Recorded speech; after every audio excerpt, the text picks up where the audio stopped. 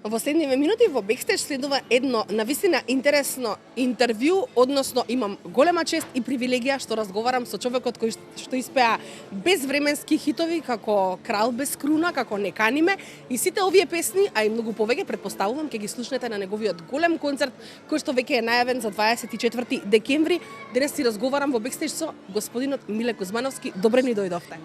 Добро ве најдов. Чест и задоволство е со вас да се соработува, јас соработувам од вашите почетоци. И драго ми е дека е така. Навистина преубава соработка. Никогаш не сме се скарале, се е мирно и секогаш сме тука да ги поддржиме вашите проекти и вашата квалитетна пред се музика. Миле, кажете ми што е она што го подготвувате, зошто решивте токму декември, има повеќе концерти прават пред новогодишно малку да се забавува народот, да излезе од дома? Па 35 години кариера ќе одбележиме на 24 декември, некако го споив и со мојот роден ден. И еден подарок од мене за мојата публика која што ќе биде вечерта тамо. Ќе биде малку различен концерт, ќе биде не класичен, него ќе свири големиот камерен оркестар од Битола. Значи со многу музичари на сцена, со аранжмани прилагодени на самите инструменти. Гарантирам добра забава, различна, да видиме како звучи фолкот малку со камерен оркестар. И за мене предизвик и мислам дека ќе биде интересно. Како течат подготовките? Па одлично, до сега се распишуваат. Нормално за такви големи оркестри мора да се распишат аранжмани, ноти и така натаму. И јас многу не сум вичен во тоа, затоа е Владимир, диригентот, затоа е задолжен. Ми вели дека добро оди, ние сигурно ќе имаме до 24 неколку проби, да видиме се тоа како звучи, за да исчистиме тоа што не треба да биде така и така натаму, да ги дефинираме песните и да дојдеме спремни на 24 да ги испееме. Некои 20-25 песни ќе има во репертуарот. Ова не е ваш прв концерт, како што споменав и публиката знае, вие сте веќе докажан музичар и уметник пред се, но велат дека секое следно вакво случување е одговорност, но и носи една посебна доза на возбуда. Многу одговорност. Како што рековме и многу пати нели во интервјуа, некако е полесно да дојдеш на врвот, но да се одржиш е многу тешко. Бог ми даде да испеам такви песни кои што ме одбележаа мене како личност и како пејач. И сега што понатаму. Затоа и го побарав овој предизвик да биде различен со камерен оркестар. Си барав предизвик и да го одбележиме некако различно, а да биде квалитетно. Знаете како за некои уметници велат кој пејач е тој, па не му знаеме ниту еден хит. А за вас кога ќе се спомене вашето име и презиме, нели Миле Кузмановски, тука има да се набројат песни кои што се изведуваат и на прослави и секаде низ Македонија, да. Пеат секаде, дали по ресторани, дали по семени веселби и така натаму. И тоа ми е драго дека е така.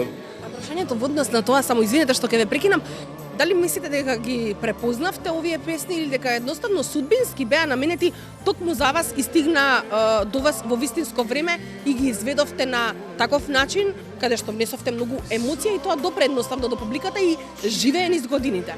Така е. Еве Не кани ме 99-та снимена.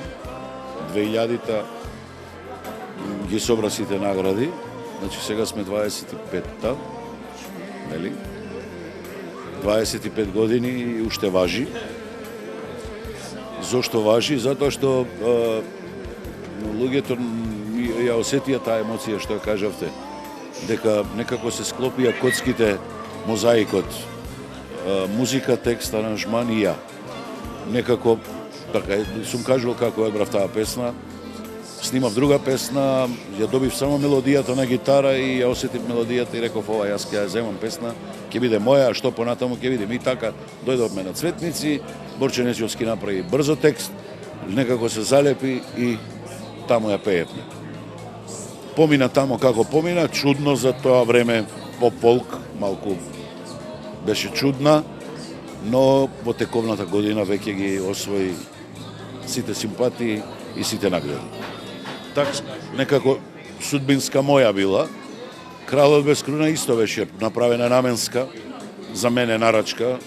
Александар Митевски тргна од една приказка на мојот драг пријател Мартини. Да.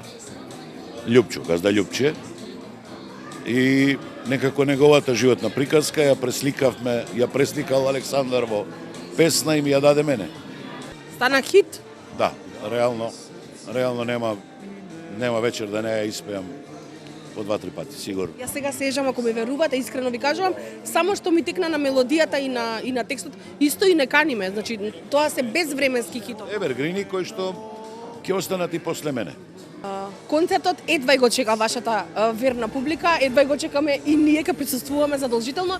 24 декември картите, односно билетите, можат да си ги обезбедат на karti.com.mk. Имате време уште малку да се подготвувате, како што споменавте на почеток на интервјуто, поклопен со вашиот роден ден. Дали верувам тенденциозно е направено? Па кога одлучивме да биде декември, и реков, па зашто да не е и на мојот роден. Така да, мислам дека на мојот роден ќе и почестам мојата публика со убава квалитетна македонска песна, ќе одбележиме 35 години кариера и ќе го прославиме заедно роден ден. Верувам дека ова ќе биде еден од најубавите ваши роден дени. Миле, ви благодарам, ви благодарам. Сум жив. Благодарам многу што денес не удостоивте со вашето присуство и во исчекување сме на големиот концерт, а до тогаш во продолжение гледачите на Бекстејдж ќе уживаат во вашата музика. Ти благодарам уште еднаш, ќе ви посакам како и досега, секој што сум ви посакал. Сте успешни, но знам дека ќе траете уште многу и дека сте единствени кој што ја прати македонската естрада, што прави и што работи и така натаму. Таква тажна песна